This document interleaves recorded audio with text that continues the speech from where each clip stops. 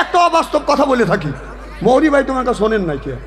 মানে একটা মেয়ের বয়স যদি 18 বছর হয়, তার আগে যদি বিয়ে দেওয়া যায়, 18 আগে বিয়ে দিলে বাধা দেওয়ার লোক আছে। হ্যাঁ, এত ছোট মেয়ে বিয়ে দেওয়া, ওই মেয়েটাই 32 বছর বয়স হয়েছে, বয়সের কারণে কেউ বিয়ে করতেছে না। তাহলে তুই যে বাধা দিলি, এখন কেউ বিয়ে করতেছে না, এখন তুই বিয়ে কর। এটা আমি বলতে পারি কিনা? হাদিস শরীফের মধ্যে আসছে, ছেলে আর মেয়ে যদি উপযুক্ত হয়, বিয়ে দেওয়া আর বিয়ে করা নেওয়া মা বাবার উপরে ফরজ না ফরজে আইন। যুবকরা কথা কয় না রে।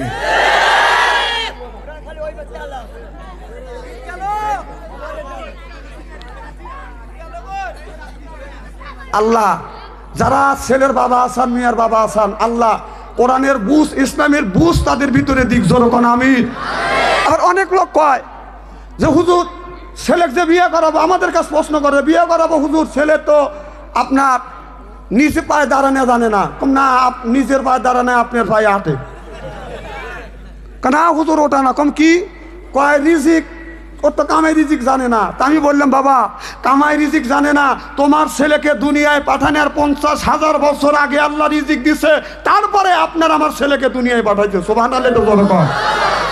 শুধু আপনার আমার ছেলে না, আমাদের যখন দুনিয়ায় পাঠানোর 50,000 বছর আগে আল্লাহ এই মানুষকে পাঠানোর আগে 50,000 বছর আগে রিজিক দিছে, তারপরে মানুষকে দুনিয়ায় পাঠায়। শুধু তাই নয়, পশু পাখিকেও দুনিয়ায় পাঠানোর 50,000 বছর আগে আল্লাহ রিজিক দিছে, তারপরে বানাইছে। রিজিকের চিন্তা করবে কে? কত চিন্তা করা লাগবে না। আল্লাহ রিজিকের, আল্লাহ হলো রাজ্জাক। সুবহানাল্লাহ। আমার ভাইয়ের, আমার মুসলমান ভাইরা, আল্লাহর হাবিবের পিয়ামতের ভালো করে লক্ষ্য করে শুনুন, আমলে নিয়তে বদল শুনতে হবে। ও বাজান, আল্লাহ বললেন ইন্নাল্লাযিনা আমানু, ইন্না মানে নিশ্চয়ই আল্লাযিনা জিবা যাহারা ঈমান আনবে ওই আল্লাহর উপরে, ও আমিলুস সালিহাত, আর যারা নেক কাজ করবে, নেক কাজের মধ্যে নামাজ আছে, রোজা আছে, হজ আছে, যাকাত আছে, যারা 1 নাম্বার ঈমান আনবে আর 2 নাম্বার নেক কাজ করবে, আল্লাহ বলে কান্নাতুল লাহুম জান্নাতুল ফিরদাউস নুজুলা। জোরকান আল্লাহু আকবার। 1 নাম্বার ঈমান আর 2 নাম্বার যারা নেক কাজ করবে, আল্লাহ আদর করে করে বাদান জান্নাতে দিবে। এই লোকটা যখন বাদান জান্নাতের দিকে যাবে, বাদান 70,000 হুর আসবে, রিসিপশন করে করে বাদান জান্নাতে নিয়ে যাবে। এই বান্দাটা আল্লাহর প্রথম জান্নাতের যখন গেট দেখবে, ওই জায়গা লোটা গতি নিয়ে বাদান বসে পড়বে। আল্লাহর ফেরেশতারা বলবে, আল্লাহর বান্দা, এটা জান্নাত না, এটা হলো জান্নাতের প্রথম গেট। সুবহানাল্লাহ। আদর করবে, সোহাগ করবে, যান সামনে আগান। আমাদের বাড়ির যদি আসে জামাই, জামাই পাইলে করি বাদান আমরা আদর, পাইলে দেই বাদান চাদর। জামাই মনে করে হায় রে আমার কদর। এরপরে শাশুড়ি তৈরি করে বাদান পিঠে হলো কুশলি, জামাই কিনে আনে বাদান মিষ্টি। তারপরে শাশুড়ি জব করে মুরগি হলো দেশি, জামাই খায়া হয়ে যায় বাদান খুশি। শ্বশুর যায় আপনার নিয়ে আসে বাদান গরুর গোস্ত, জামাই খায় আর মনে মনে কয় শ্বশুর শাশুড়ি আমার বড় দোস্ত। তারপরে খায় বাদান পোলা, খায়া তো মনের মধ্যে দেয় দোলা। তারপরে খায় বাদান আপনার দই, খায়া তো বাদান হইসই। তারপরে খায় পেপসি কোকো কোলা, খায়া তো মনের মধ্যে দেয় দোলা। তারপরে খায় কাঁচা সুবরি দিয়ে একটা পান, খায়া তো মনের মধ্যে আসে গুনগুনি গান। তারপরে খায় এক কাবলা হেনা পাতি সদ্দা, শরীর তার গামিয়া যায়, বুঝায় আমি বড় মর্দা।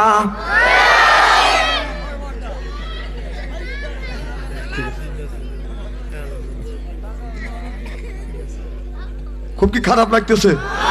এইভাবে যে ঘন্টা খানি আলোচনা করি, শোনার জন্য রাজি আছেন তো? হাত তুলে দেখান তো দেখি, রাগ করবেন কারা কারা?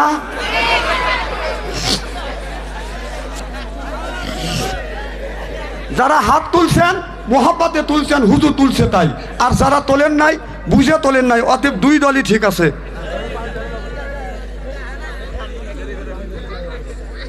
আমার ভাইয়েরা, আমার মুসলমান ভাইরে,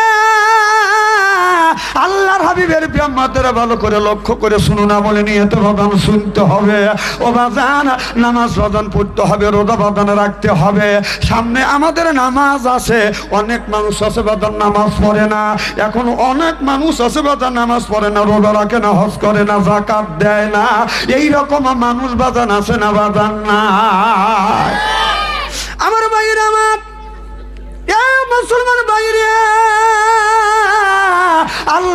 হাবিবের প্রিয় উম্মতেরা ভালো করে লক্ষ্য করে শুনুন বাদান, আমল নিয়তে বাদান শুনতে হবে।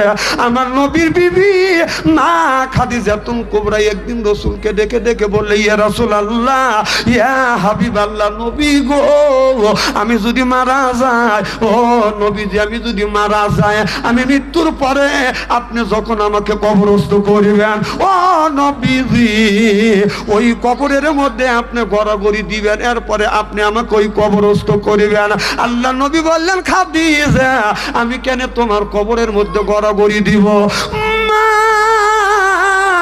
খাদিজা রাদিয়াল্লাহু তাআলা আনহু বলতেছে, ইয়া রাসূলুল্লাহ, ইয়া হাবিবাল্লাহ, আমি আপনার কাছে শুনেছি গো নবীজি, আমি আপনার কাছে শুনেছি ওই মানুষটা যদি কবরের মধ্যে যায়, আমল যদি ডিস্টার্ব থাকে, পূর্ব দিকের মাটি পশ্চিম দিকে যাবে, পশ্চিম দিকের মাটি আপনার উত্তর দিকে যাবে, এই দিকের মাটি ওই দিকে যাবে, চিরজন্মের মতো হাড় মাংস মিশিয়ে ফেলবে।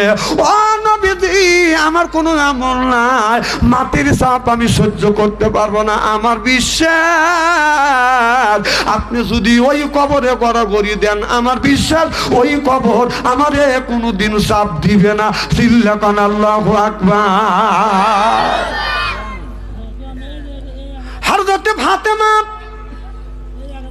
যেদিন মারা গেলেন, গভীর রাত, গভীর রজনীতে হযরত আলী যাইয়া হযরত আবু যর গিফারিকে ডাক দেয়, আবু যর। আবু যর বলল, কে? বলে, ভাই আবু যর, আমি হযরত আলী। কি ভাই, এত রাতে আসছেন? দেখে বলে, রে আবু যর, আমার বিবি ফাতেমার দুনিয়ায় নাই, তাড়াতাড়ি যাও, তুমি ফাতেমার কবরটা খনন করো। হযরত আবু যর রাদিয়াল্লাহু তাআলা আনহু বাদান কবর খনন করলেন। করিয়া কবর খনন করিয়া কবর মাটিকে ডেকে ডেকে বলতেছে, রে কবরের মাটি, বল তোর কাছে কে আসবে? আল্লাহ নবীর বিটি ফাতেমা, যেই ফাতেমা নারীদের জান্নাতের সর্দারিনী হবে। এ কবর, খবরদার মা ফাতেমার সাথে তুমি কোনোদিন বেয়াদবি করবে না। ওই মাটির কবর কোনো জবাব দেন না। হযরত আবু যর ডেকে বলে, রে কবরের মাটি, বল তোমার কাছে কে আসবে? হযরত হাসান হুসাইনের মা ফাতেমা, যেই যুবক দুইটা জান্নাতের যুবকদের সর্দার হবে, ওই যুবকের মা হযরত ফাতেমা, খবরদার তার সাথে কোনো বেয়াদবি করবি না। মাটি কোনো জবাব দেন না। হযরত আবু যর বলে, রে কবরের মাটি, বল তোমার কাছে কে আসবে? হযরত আলীর স্ত্রী, যারে আল্লাহ শেরে খোদা বলে উপাধি দিয়েছে, ওই আলীর স্ত্রী ফাতেমা তোমার কবরের মধ্যে আসবে, খবরদার তুমি তার সাথে কোনো বেয়াদবি করো না। ও বাজান, কবরের মধ্যে থেকে কোনো জবাব আসে না। হযরত আবু যর বলে, কবরের মাটি, বল তোর কাছে কে আসবে? তুই কি জানিস? আল্লাহ নবীর বিটি ফাতেমা, খবরদার তার সাথে তুমি কোনো বেয়াদবি করো না। কবরের মধ্যে থেকে মানুষের কণ্ঠর মতো আওয়াজ বের হয়ে আসছে, এ আবু যর, হযরত ফাতেমাকে আমি চিনি না, হাসান হোসেনের মা ফাতেমাকে চিনি না, আলীর স্ত্রী ফাতেমাকে চিনি না, হযরতে আল্লাহ নবীর বিটি ফাতেমাকে আমি চিনি না। আমার যদি ভালো হয়, আমি মাটি জান্নাতের পরিণতি করে রাখবো। আমলের মধ্যে যদি ডিস্টার্ব থাকে, রে আবু যর, আমি একদিকের মাটি আর একদিকে যাব, আর একদিকের মাটি আর একদিকে যাব, চিরজন্মের মতো আর মাংস মাটির সাথে মিশিয়ে ফেলবো। হযরত আবু যর এই আওয়াজ যখন শুনছে, কবর খনন করা বাদ রাখিয়া হযরত আবু যর বাদান চলে গেলেন। হযরত আলিমা ফাতেমার নাসনিয়া বাদান কবরস্থানে আসছে, এসে দেখে কোদাল রইছে, কিন্তু কবরটা বাদান পরিপূর্ণ করে বাদান পরিষ্কার করা হয় নাই, কবর খনন করা হয় নাই। আবু যর কই গেল? আবু যর, হযরত আলী নামিয়া আবার কবরটা সুন্দর করে বাদান আপনার পরিপূর্ণ করিয়া হযরত ফাতেমাকে আপনার কবরস্থানে বাদান কবর বন্দোবস্ত করে চলে আইলো। ও বাজান আসার পর এইভাবে একদিন নয়, 2 দিন নয়, হযরত আবু যরে তালাশ করে বাজান, আবু যরকে বাজান খুঁজে পায় না। আবু যর কই গেল? আরে আবু যর এত সুন্দর সাহাবী কই গেল, খুঁজে পায় না। একদিন হযরত আলী রাস্তা দিয়ে হেঁটে যায়, দেখা যাচ্ছে একজন আপনার মাথার চুলটা বাজান উস্কো খুস্কো। ও বাজান ছোট্ট ছোট ছেলেরা পাগল মনে করিয়া লোকটার গায়ে বাদান পাথর মারতেছে, আর ওই পাগলটা বাদান দৌড়াচ্ছে। হযরত আলীর নজরে পড়ে গেছে একটা পাগল রাস্তা দিয়ে হেঁটে যাচ্ছে, আর ছোট ছোট পোলারা, ছোট ছোট বাচ্চারা বাদান ছোট ছোট পাথর দিয়ে বাদান ঢেল দিচ্ছে। তাতে গায়ে লাগতেছে, মাথায় লাগতেছে, গা ফেটে যাচ্ছে, মাথাটা ফেটে গেছে, রক্তগুলো বাদান প্রবাহিত হচ্ছে। হযরত আলী যায়া দেখে ওই পাগলটা আর কেউ না, ওই পাগল হলো হযরত আবু যর। চিল্লাকান আল্লাহু আকবার। হযরত আলী আবু যরের গলা ধরে কান্দে, ভাই আবু যর, তুমি আমার বিবি ফাতেমার কবর খনন করতে গেছো, কিন্তু কবর খনন না করিয়া কেন তুমি কবর থেকে চলে আসছো? আজকে প্রায় 1 বছর ধরে আমি তোমাকে খোঁজাখুঁজি করতেছি রে ভাই, তোমারে পাই না। হযরত আবু যর ডেকে বলে, ভাই আলী রে, আমি কবর খনন করিয়া কবর মাটিকে বলেছি, কবরের মাটি বল তোমার কে আছে, কে আসবে? হযরতে ফাতেমা। মাটি কোনো কথা বলে না, আবার বলেছি হযরতে হাসান হুসেনের মা ফাতেমা তোমার কবরের মধ্যে আসবে, তাও মাটি কোনো জবাব দেন না। আমি বলেছি হযরত আলীর স্ত্রী ফাতেমা আসবে, খবরদার তার সাথে কোনো বেয়াদবি করো না, কবর কোনো জবাব দেন না। আবার বলেছি রে কবরের মাটি, তোমার কবরের মধ্যে কে আসবে? হযরত আল্লাহ নবীর বিটি ফাতেমা, খবরদার এই ফাতেমার সাথে কোনোদিন তুমি বেয়াদবি করো না। এবার আলী কবরের মধ্যে থেকে আমাকে উত্তর দিয়ে জানাইলো, আবু যর, হযরতে ফাতেমাকে চিনি না, আলীর স্ত্রী ফাতেমাকে চিনি না, হাসান হোসেনের মা ফাতেমাকে চিনি না, আল্লাহ নবীর বিটি ফাতেমাকে চিনি না। আমল যদি তার ভালো হয় আমি মাটি জান্নাতের পরিণত করে রাখবো, আমল যদি তার মন্দ হয় আমি একদিকের মাটি আর একদিকে যাব, আর একদিকের মাটি আর একদিকে যাব, জনমের মতো এই হাড় মাংস মাটির সাথে মিশিয়ে ফেলবো। কুল্লু আমার ভাইরা আমার, ওই কবরের মধ্যে যদি বাঁচতে চান, কবরের মধ্যে থেকে যদি বাদান শান্তিতে থাকতে চান, সর্বপ্রথম এই জমিনের বুকে বাদান 1 নাম্বার বাদান ঈমান আনতে হবে আল্লাহর উপরে। জোরকান কার উপরে? সুবহানাল্লাহ, তো জোরকান। আমার মুসলমান ভাইরা, আল্লাহ নবীর উম্মতেরা ভালো করে লক্ষ্য করে শুনুন। ও বাজার,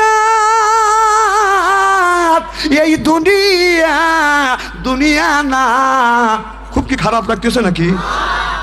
নারায়ে তাকবীর।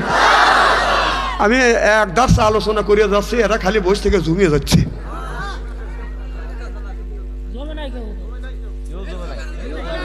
জোরকার মারহাবা।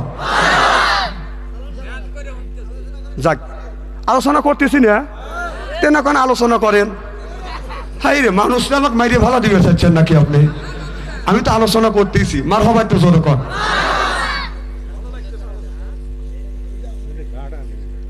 লা